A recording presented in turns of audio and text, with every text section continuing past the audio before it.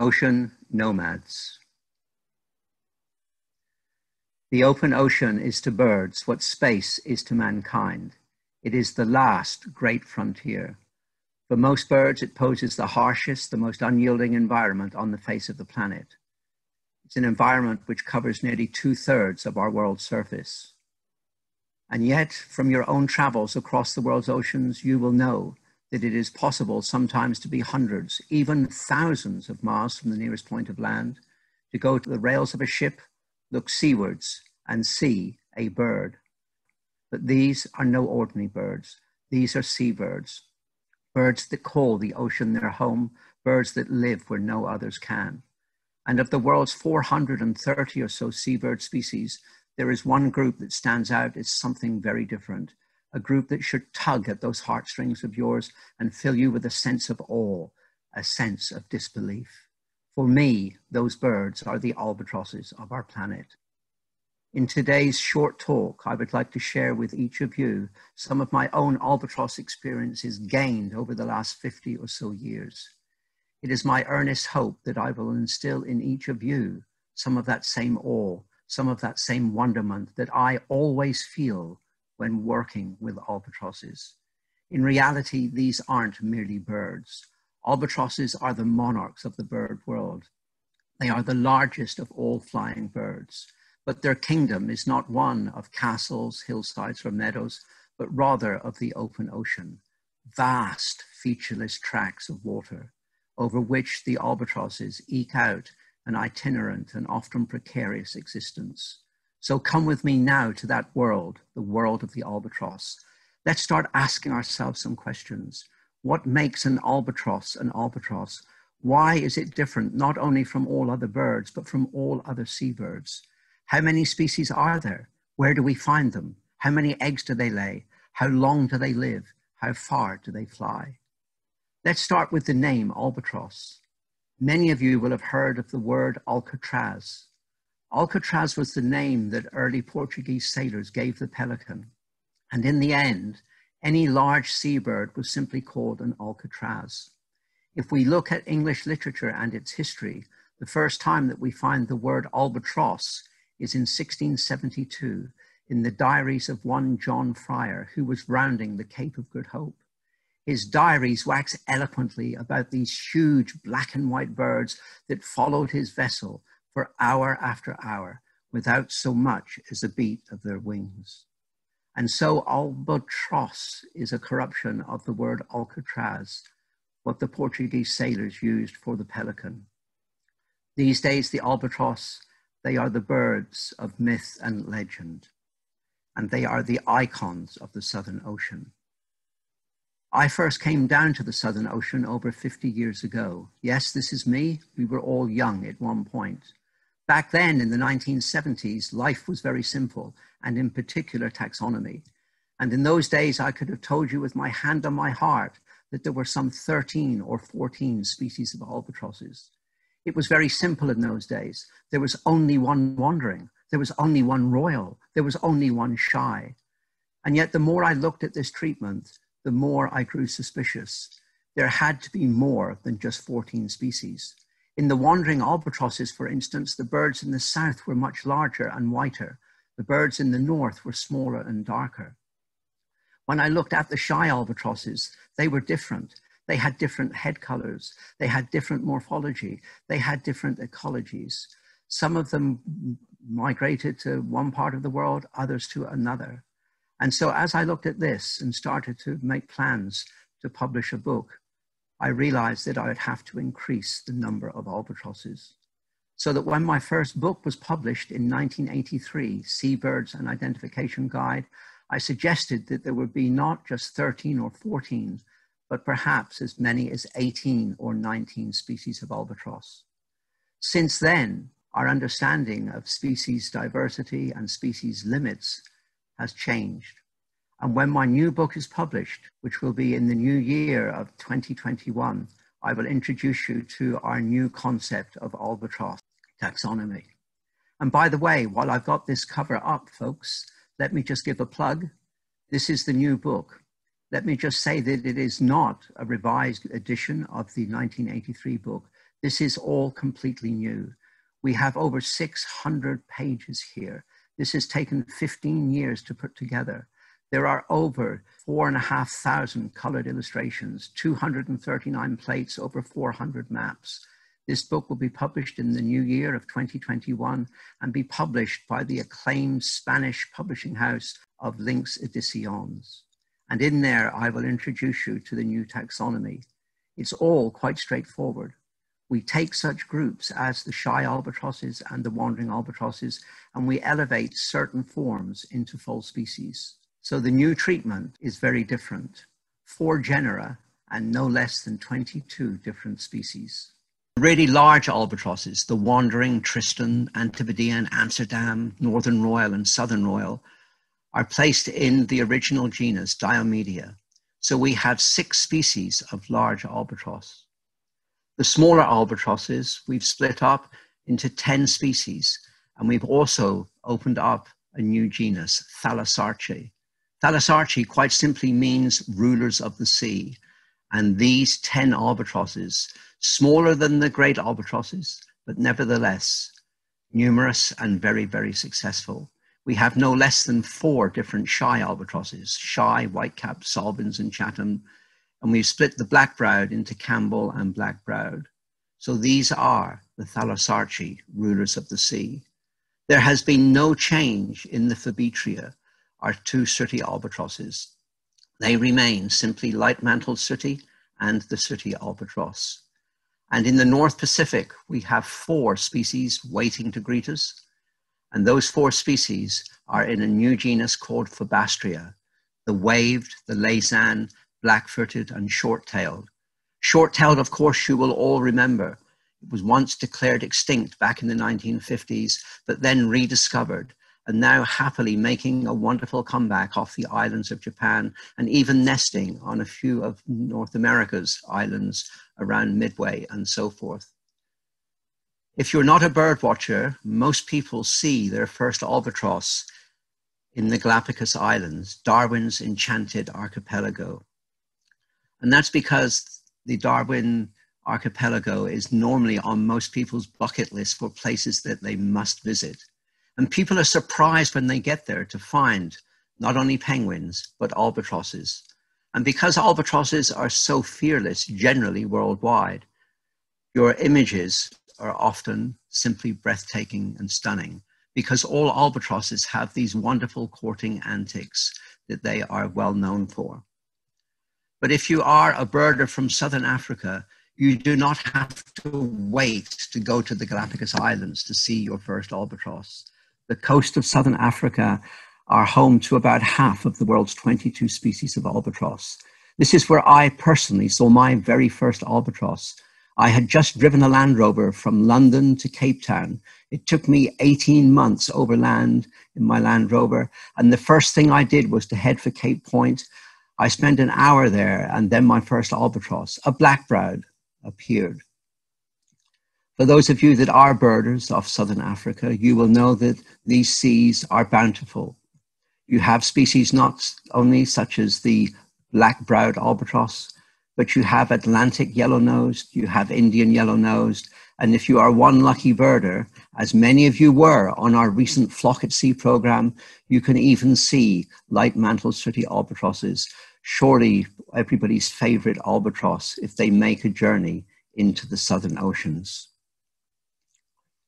The reason why the seas around Cape Town are so good for albatrosses is that they are part, or it is part, of an ocean we call the Southern Ocean. This is the largest body of uninterrupted water on the planet today. In area, it's about 20 to 22 times the size of continental USA. And it's the roughest, stormiest, windiest ocean on Earth. Early mariners dubbed these latitudes the roaring 40s, the furious 50s, and the screaming 60s. This is where albatrosses evolved some 40 or so million years ago. And they remain there to this day. 18 of the 22 species can be found in the Southern Ocean. And to survive over these huge mountainous seas and ever-changing tracts of ocean, Our albatrosses have to not only be accomplished sailors and navigators, but they must also be the consummate masters of aerodynamics. Today, our albatrosses are still found in these windy latitudes.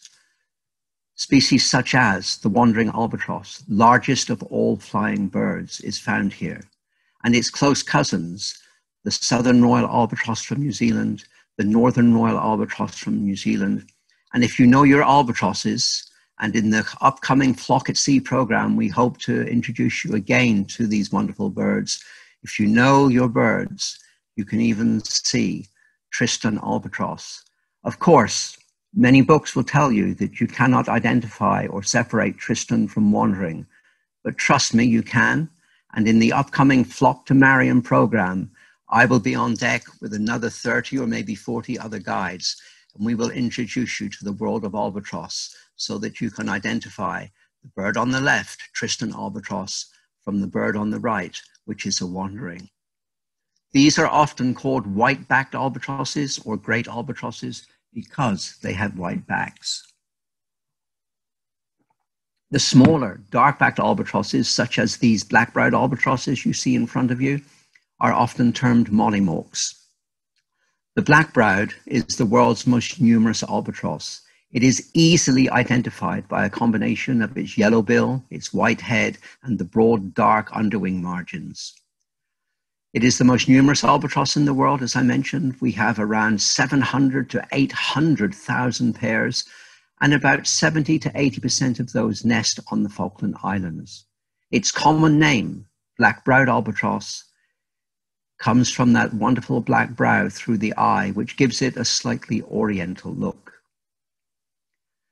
The cousin of the black-browed albatross is a rarer bird, a little bit smaller, and this is the gray-headed albatross. Around 160,000 pairs, about 80,000 of which nest on South Georgia.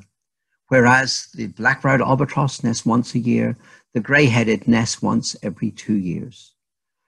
One of the great things about what I do is that I take ordinary people like yourself to such places at South Georgia. And you know, it's one thing to see an albatross out over the open ocean, where distance often obscures the wonderful detail with albatrosses. But to be able to go to a place like South Georgia, take people up and sit them down next to albatrosses, it is then that you see the wonderful detail, the wonderful color, the beauty of these birds. Just look at that soft French gray head. Look at the wonderful black and white mascara around the eye. Look at the shiny bill. Look at the wonderful chrome yellow ridges and that blush pink tip to the bill. These are spectacular birds. These are birds without equal, and we have just 22 species on the face of this planet. So what makes an albatross an albatross? How can we be sure that an albatross is indeed an albatross? Well, albatrosses are distinct even from other seabirds. If you were to describe an albatross, you would have to look at pattern, color, and structure. And if you look only at pattern and color, if you look at, say, a kelp or a Cape gull with a yellow bill, white head, black upper wings, and margined underwings, it looks remarkably similar to a black-browed albatross. But as biologists, we look not at pattern, but at structure. And the bill of a kelp gull says it all. The upper bill is made of just one plate, and the lower bill too, just of one plate.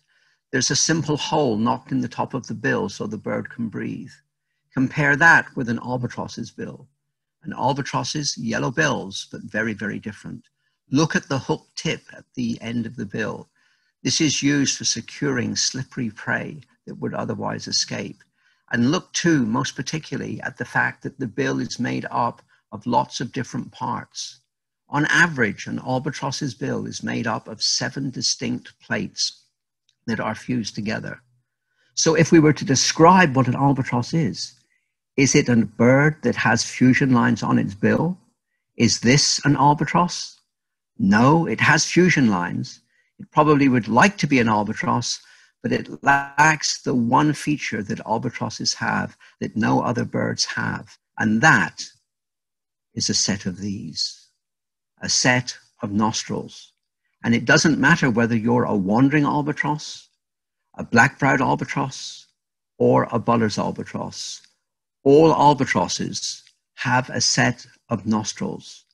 But the important thing to realize is that these nostrils are divided, one on the left-hand side, one on the right-hand side. I think you will all know that albatrosses are members of the Procellariiformes. These are the tube-nosed birds. All other tube-nosed birds have nostrils, but like this giant petrel, the nostrils are combined in a single tube and placed on the top of the bird's bill. So when we describe an albatross, quite simply, an albatross is an ocean-going bird with divided nostrils.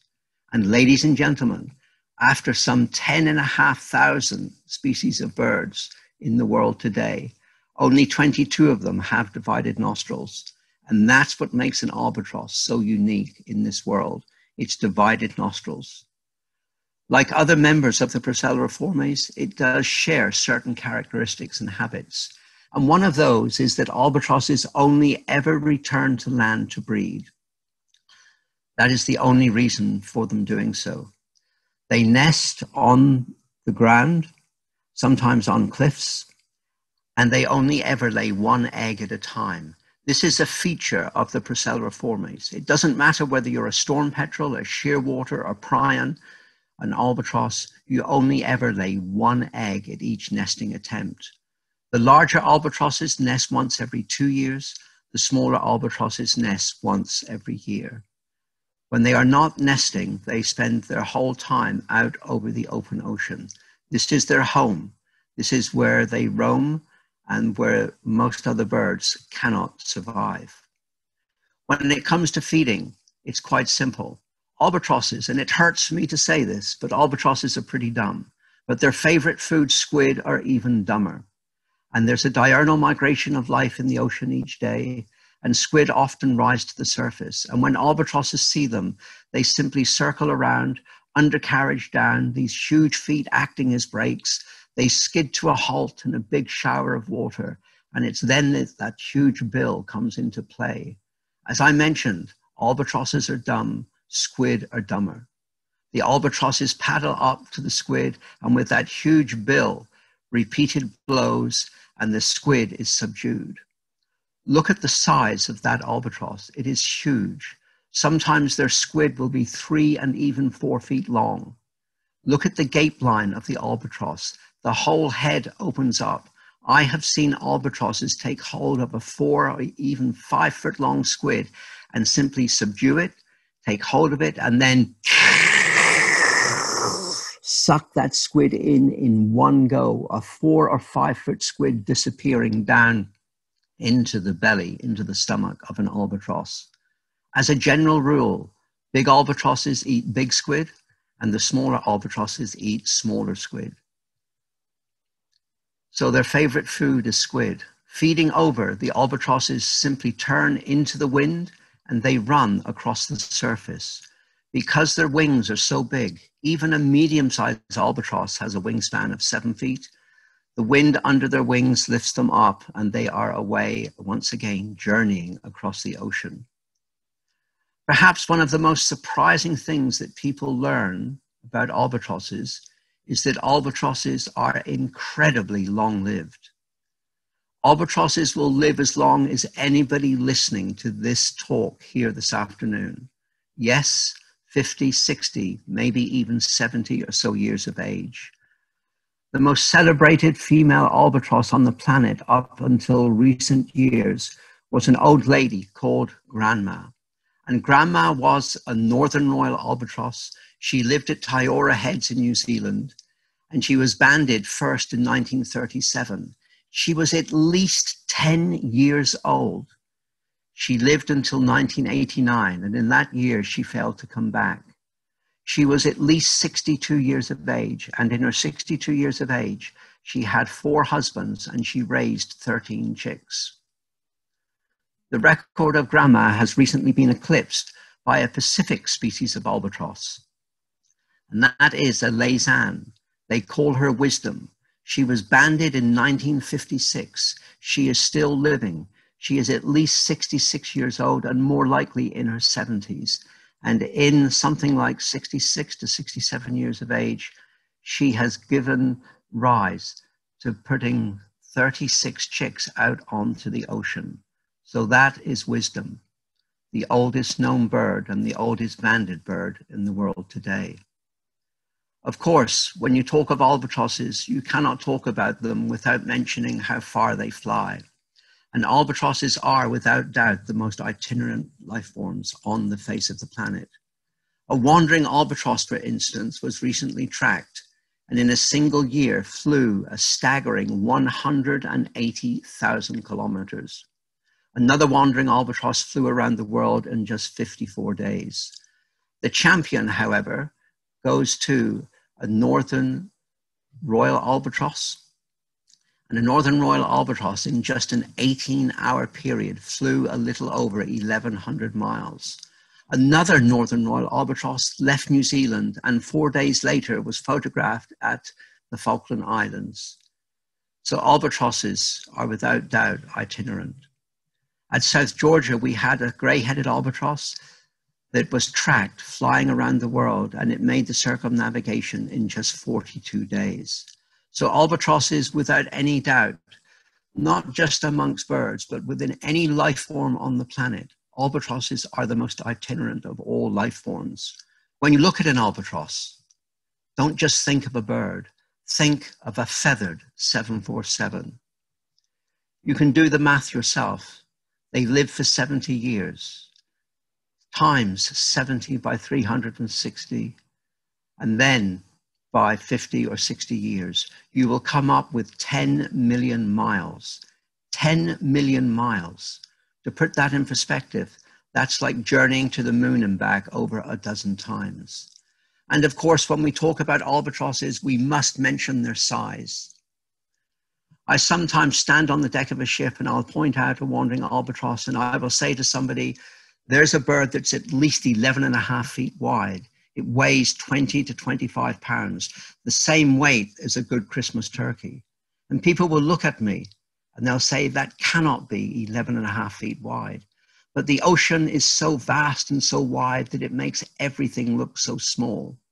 The only way to judge the size of an albatross is to get hold of one. And then, ladies and gentlemen, the sheer enormity of an albatross is with you. These are huge, huge birds. So, in this beginning preamble to the world of albatrosses, we've introduced you to albatrosses. The grade A students amongst you will hopefully remember that albatrosses evolved in the southern oceans some 40 million years ago. Even today, the southern oceans is where we find 18 of the 22 species of albatross. And these birds are, without doubt, the most itinerant life forms on the planet. In the second half of the lecture, I would like to concentrate more on the biology of these birds. It's one thing being a simple birder, but some of the fascinating things about the life histories is what turns me on to albatrosses as a biologist. And so in this next section of the albatross lecture, let us look at their biologies because they have fascinating life histories. And to do this, I want you all to become wandering albatrosses. I want you to believe that you've been sitting around on an island called South Georgia for the entire southern winter. You will be about 240 to 250 days of age. You will have sat on a windy, snow-covered headland at South Georgia.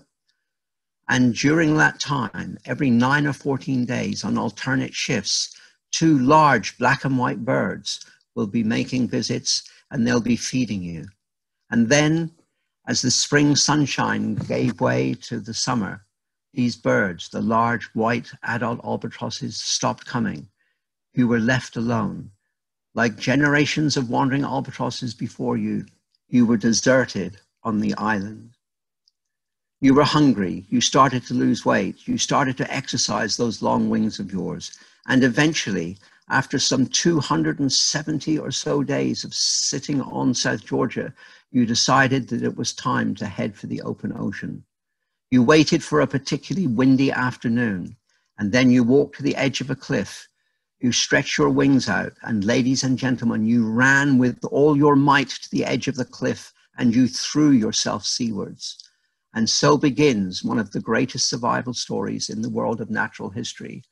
A lone goonie, a young albatross against the full savagery of the Southern Ocean, the windiest, stormiest ocean on earth. Many of your same age class, goonies that were leaving at the same time, would perish in these first months. But you somehow survived and managed to go out into the open ocean. You started to circumnavigate the globe. You learned where the upwellings were. You joined other seabirds, often thousands upon thousands of them, at sites of upwellings, and you joined in the daily scramble for food. This is you in your immature years, and it's important to realize that you avoid land at all costs. As a young albatross, ladies and gentlemen, you will spend your first 8, 9, 10, 11, or even 12 years at sea. You will only ever land on the water. You will sleep down on the water. You will feed by circumnavigating the earth and taking advantage of the upwellings where other birds will also be congregating. And as this happens, you gradually change from the browns of a goonie to the blacks and whites of an adult. As a general rule, in wandering albatrosses, females are smaller and dirtier and dingier than the males. The males much cleaner, much larger, and much heavier build. And so for the first 10 or 11 years, you spend it at sea. You fly an average of 500 or so miles a day. And in that 10 or so years that you spend in your immature years, you will fly a staggering 2 million, or maybe more likely 4 million miles as you circumnavigate the earth year after year. It is when you are about 10 years or so of age, as a wandering albatross at least, that you return to land for the first time. Can you imagine that, what that must feel like? You've only ever landed on water. Now those terrible things called hormones bring you back to your natal islands. You will have flown 3,000 to 4,000 miles. You make your first pass over the island. You look down and there are people down there. These, of course, are albatross people. You might make several attempts. It might be that you come back in several days, but eventually you will have to land. And you come in to make your first landing ever on terra firma. Just think of that. You have to reef in those wings, cut down your speed, use your feet as brakes. You simply hope for the best and in you come. This will be your first ever landing on terra firma. As biologists, we often shake our heads in disbelief as these albatross come in for the first time. Sometimes they hit the ground with a resounding thud. At other times, they will turn several somersaults before they land on their feet. As biologists, we say simply that any landing that an albatross walks away from is a good one. Telling this story from a male's perspective, the male is on the right. You've landed. You have no idea why you've come back to the island, but just as you're wondering what to do next, an extrovert male over on the right of you touches its toes with its bills and lets fly with its head rising up and entering into the ecstatic display. And it's then that you know why you have flown 3,000 or 4,000 miles to reach the island. It's been a journey of 2 to 4 million miles. You've been at sea for 8 to 10 years, but now you are home to take part in the debutante's ball. This is the equivalent of a singles bar. These are young birds back for the very, very, very first time. The noise and din that they make with their screeching, wild horse-like neighing, wow, echoing over the hillside, will attract more and more birds, especially in the late afternoon. Sometimes we can have 15 or 20 of these birds on the island with their wings outstretched. Can you imagine what that is like? These wings, you could easily fit a person under. Remember, 11.5 feet wide, birds that weigh 20 to 25 pounds in weight. These are the albatrosses in full display. It is one of the most outrageous, one of the most incredible displays in the birding world. I have taken many people to see this event, Perhaps the most famous person that I ever took was the actor, Mr. James Stewart. When Jimmy Stewart arrived on the ship going down to South Georgia with me, he was already old and infirmed. He could barely walk. We carried him, two of us, staff members, up the island that day on Pryan Island, and we dropped him next to displaying albatrosses. He asked if he could be left alone for 20 or so minutes. When we came back up the hillside to pick up Mr. Jimmy Stewart, as he sat there on his green throne of tussock grass, I looked at him, and there was a tear rolling down his cheek. He looked at me, he held out his hand, and he shook my hand, and he said, "Peter, my friend," crying, "Peter, my friend, Hollywood has never put on a show quite like this and never will." Those were the words of Jimmy Stewart, one of the nicest people, by the way, that I have ever met. Remember, these are young albatrosses, and these are breeding for the first time. And this is their engagement years where they will now start to form pairs. They have to learn how to dance like an albatross. They have to learn how to kiss like an albatross. They have to learn the etiquette. To begin with, these young birds are a group. It is a dance, after all, a ballroom. And whatever turns Mary onto John or Peter onto Susan, that begins to happen. And as the days turn to weeks, now they split up and now they form pairs. This is critically important. These pairs will last as pairs for the next 50 or 60 years, barring divorce or injury. The choice of a nest site is critically important. These nest sites are normally in very windy, exposed positions. You and I would choose somewhere out of the wind, but an albatross needs wind. It needs an average wind speed of some 20 miles an hour to be able to take off and land safely. So choosing a nest site, they trample the area flat, they start to rip up earth and turf, and they start to build the first of the nests. This nest will be visited now over the next 2 or 3 years in these engagement years. And then the two of them will go to sea. They return eventually in their maybe 12th or 13th year. Males are normally the first to arrive. This is the year that they will now make an honest attempt at nesting and even lay an egg.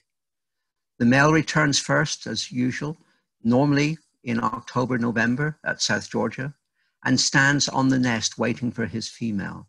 His female is usually a few days later, sometimes as much as 8 or 9 days, but the male waits and extends his lonely vigil, waiting and watching. And then one day as he looks up, there she is, coming in, slightly browner and dingier than the male, her undercarriage down. Gentlemen of the audience, what would you do? You haven't seen your female for 11 months. You've spent almost a year at sea. You are now back, ready, waiting for her. You would behave like any self-respecting albatross. You would touch your bill onto the ground, you would toss your head back into the air, and you would let fly with a wah, which equates, ladies and gentlemen, basically to yes, baby, welcome home. The female lands, maybe she does a somersault. She then walks towards the male. The male instinctively puts out his wings. This is an appeasement display which says to the albatross that's approaching the female, I wish you no harm. The first thing they do is they rub bills. They kiss albatross style, rubbing their bills up and down against one another. And then they throw their wings out to the side. This now is the start of a really very busy 2 to 3 weeks where life simply just doesn't get any better for our albatrosses. They'll spend a lot of time sky pointing and reinforcing the pair bond, and of course building the nest. In their engagement years, they made a nest, but it was a very rudimentary nest, just 5 or 6 inches in height. Now the nest will be 18, 19, or even 20 inches in height. And eventually, all this feverish activity leads up to the final act, the act of copulation, which in albatrosses, by the way, is a clumsy affair. This is not a recreational activity. It lasts only about 40 seconds and occurs just once every 2 years. 10 or more days later, a white egg is produced. It's not the largest egg of any bird in the world, but it is large, 6 inches long, 4 inches wide, and it weighs about a pound in weight. Even though it's not the largest egg in the world, believe it or not, it takes the longest to incubate of any bird in the world. Kiwis come close, but wandering albatrosses have an incubation of some 76 to 84 days. So if you're going to have a very long incubation period, you need not a room with a view, but a nest with a view. And this just so happens to be the Bay of Isles in South Georgia. For those of you that are bird watchers, you will have heard of one Robert Cushman Murphy. He was perhaps the greatest seabird biologist that ever lived.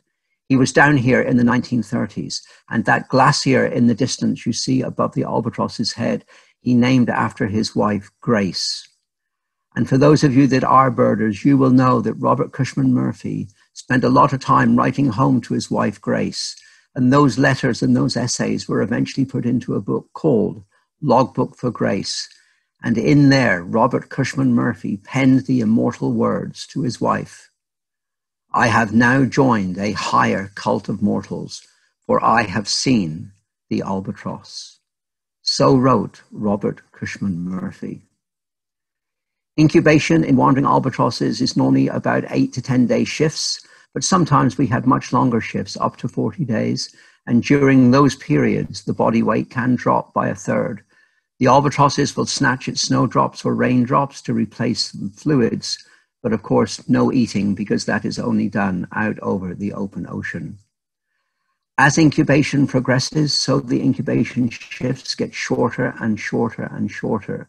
Eventually, the albatrosses are changing over several times in a single day. And one of the reasons for that is that there is great excitement at the albatross nest.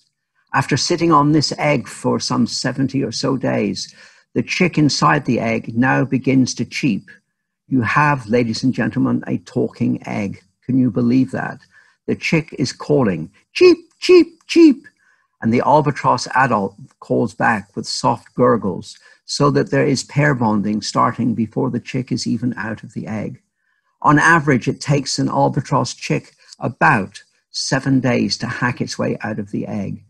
This is a very exciting time, not only for the albatrosses, but for the researchers themselves. The first clue that the albatross chick is hatched is to look at the rear end of the bird, and you will see a small bill sticking out. And if you get down on your hands and knees and you crawl towards the albatross nest, you will see your first views of a young albatross. This is Master Albert Ross, stealing his first looks at the splendor of a subantarctic island called South Georgia. The month is normally around March that they hatch, and it is still wintertime in South Georgia. The island is covered with snow. The beaches are crammed with thousands upon thousands of penguins, and all around are cascading glaciers and snow-capped mountains. South Georgia, quite honestly, is simply without equal. And beyond all of this, the open ocean over which one day the young albatross will roam. But before it can fly out over the ocean, it's going to have to sit on that nest for around 270, 276 days. Like all young chicks, it's got a lot to say and is very noisy and often begging for food. And the adults feed by regurgitation. And that's very important to remember, regurgitation. This opens up a vast range of feeding options for our albatrosses. I think all of you know that some birds use their bill as a shopping basket, and that is certainly the case with our friends, the puffins. When a puffin goes fishing to find food for its youngster, it goes out to the open ocean. It will spend perhaps maybe 50 or 60 minutes and fly some 10 or 15 kilometers. When that bill is full, and sometimes with up to 40 or even 50 fish, the puffins have to return home. That limits the amount of food that they can bring and limits their foraging ability. That is not the case with wandering albatrosses. When wandering albatrosses leave their chicks, they leave for an extended period of foraging. The average foraging distance is some 8 to 15,000 kilometers for a wandering albatross. That is in a single feeding trip lasting some 9 to 14 days. This takes them often north of South Georgia, and brings them into areas where there is commercial fishing. And the commercial fisheries of our world also attract lots and lots of seabirds. Many of you will know that albatrosses and other seabirds fall prey to the commercial fishing industry. Believe it or not, some 3 billion hooks are set each year, and often in areas where seabirds range. Because albatrosses are also scavengers, because the hooks are baited with squid, the albatrosses often try to grab the bait and in so doing become hooked and are pulled onto the surface, and they drown. Albatrosses are facing severe tests. To put this in perspective, ladies and gentlemen, when I first went down to South Georgia back in the 1980s, there were around 1,800 pairs of wandering albatrosses. Now, just 40 years later, we are down to less than 800 pairs of wandering albatrosses. So even within my short lifetime, we've lost half of the breeding pairs of wandering albatrosses. It's not all doom and gloom, however. I would like to commend in particular BirdLife South Africa for the sterling work that they have done in reducing seabird mortality and in particular albatross mortality off the African coast. The Albatross Task Force, they have single-handedly rescued albatrosses and other seabirds here off the coast of Southern Africa. And from many thousands of birds being killed each year, we are now down to virtually none. Another new development has been the development of a contraption called the hook pod, which in New Zealand quite recently prevented the deaths of just about any seabirds whatsoever. So it can be done. We have the will and we have the means. We now need to make sure that this is enacted. Quite simply, if you lose an adult albatross, you also lose the chick. You need to be a 2-income family to be able to raise an albatross chick. Such are the demands for food. Assuming that our parent albatrosses evade the long lines and they are able to continue feeding the youngster, they return on alternating shifts to the nest site every 7 to 14 days. The spring sunshine now gives way to summer, and this in turn to the first snows of winter. Ocean productivity falls and food is scarce, and so the visits become irregular. But the chicks do still continue to gain weight, and in the days of romantic research, this was recorded with nothing more complicated than a set of kitchen scales.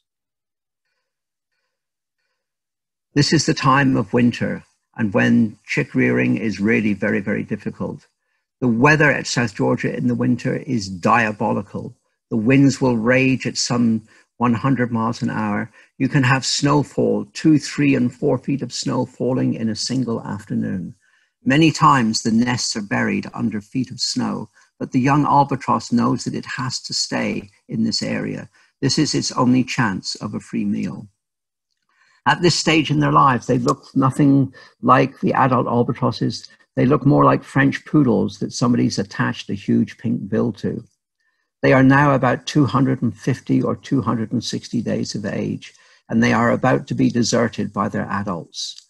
Now, after all this effort, the longest incubation of any birds in the world, standing around on their nest for around 274 days, I would like to say that our young albatross chick is as cute and as cuddly as some of the penguin chicks to the south. Alas, I cannot lie. This hurts as an albatross man, but I have to tell you that our young albatross chick is about the ugliest thing you have ever seen. It has a white clown-like face and all dark plumage. It can barely stand on its legs. It shuffles around like an arthritic old man as the adults come in. And they take one long look as if to say, what the heck have we created? They approach the chick, they feed it for the last time. They turn and they head for the open headland and head for the open sea. They never look back. The adult albatrosses, all of them desert their chicks. They know whether their chicks make it successfully to the sea. The adult albatross has now been breeding for around 13 months, well over a year. It has to go back to sea, it has to replenish, it has to get back into condition. So they cannot breed once every year. So they breed once every 2 years. They desert the youngster, and the youngster is left on the headland, looking forlornly out to sea, wondering where its next meal will come. But the next meal will have to be fed by itself, not by the adults. This is a critical time for our young Goonie, and also a very critical time, I might add, for the researchers. You've been on shore now almost a year, watching the adults incubate the egg, watching the youngsters as they sit in their nest. One of the great things that I do as a job is to be able to introduce people like yourself to the world of nature. And if you haven't already guessed it, my favorite place on earth is South Georgia. This is an island that everybody should visit at some stage in their life. It should be on their bucket list. It's an island 100 miles long. It has mountains that rise 9,300 feet. It has over 100 glaciers. But most incredibly, it has over 66 million pairs of seabirds breeding. And I remember just a few years ago, having had one of those stellar, indelible mornings on South Georgia. We had spent the morning with king penguins, wall-to-wall king penguins. And when I say wall-to-wall, that's exactly what I mean, wall-to-wall. Penguins that stretch as far as the eye can see. This happens to be Salisbury Plain, a medium-sized king penguin colony, some 65 or so thousand pairs. And as spectacular as this was, we knew that in the afternoon, better was to come. We had saved the afternoon to visit the albatrosses and to climb up and sit with them. It was a picture-perfect day under blue skies. We watched in the alpen glow of late afternoon sun as the albatrosses began courting on the grass-covered hillside. And it was at that point that one of my group said, "Look, what's that?" and pointed. And there, out of the tussock grass, wandered a young Goonie. I could not believe my eyes. This bird should have left the island over a month ago. It was surely the last of its type, the last of the chicks to fledge. It walked past us with its wings outstretched. That day had been calm, but now in the afternoon the wind was rising. The albatross walked past us and then stood on the headland with its wings opened. I had seen the first solo flights of albatrosses many times, but I'd never been able to share it with passengers, with travelers. I looked, the wind continued to rise. I turned to my companions and said, "Quick, let's go underneath the albatross." And we ran to the left of the albatross. We got underneath it and we looked up. And there it stood with its wings open, as if it was a plane with its engines revving. The wind continued to rise. I turned to my people and I said, "This is it, cameras ready." And with that, the wind gusted really hard. And at that point, basic instinct took over and the albatross kicked off with both of its strong legs. It was airborne. It was over our heads. Two of my people on the left-hand side had to crash to the ground to avoid being hit by the albatross as it sailed across us. It was free of the gland. It was on its way to the ocean. There were only 9 of us in the group, but I swear, ladies and gentlemen, that you could have heard the cheer we let out in the state of Alaska. We watched in absolute awe as the albatross cleared the headland and then made it over the ocean. It instinctively veered to the right and headed northeast towards the coast of Africa as it felt the wind beneath its wings. And so begins perhaps the greatest survival story in the world of natural history. A lone bird, a Goonie, against the savage sea of the Southern Ocean, the windiest, stormiest ocean on earth. This is the greatest survival story. It's a survival story that will last 8 to 10 years, a survival story which will see the Goonie fly a staggering 2 or perhaps even 4 million miles, as often not as a mere speck of life against a savage and turbulent sea. And ladies and gentlemen, when this bird returns, some 8 to 10 years later, having flown its 2 to 4 million miles, it will return not in the brown garb of a Goonie, but in the pristine whites of an adult wandering albatross, the snowy one. Surely the most charismatic life form on the face of the planet. Well, I guess I've blown my cover. I've been in love with albatrosses since I saw my first one over 50 years ago, sitting at Cape Point in Southern Africa. And it doesn't matter whether I'm standing on the decks of a ship, watching as they cross and recross the wake without so much as a beat of their huge wings, or whether indeed I'm down on a breeding island, watching their crazy courting antics. When I see an albatross, I still see them with the eyes of a child. My mind is filled with wonder, with awe, and with a certain sense of disbelief. After all, these are not just birds. These are albatrosses, ocean nomads of our fragile home, planet Earth. Thank you for allowing me to share my love of albatrosses with you here this afternoon.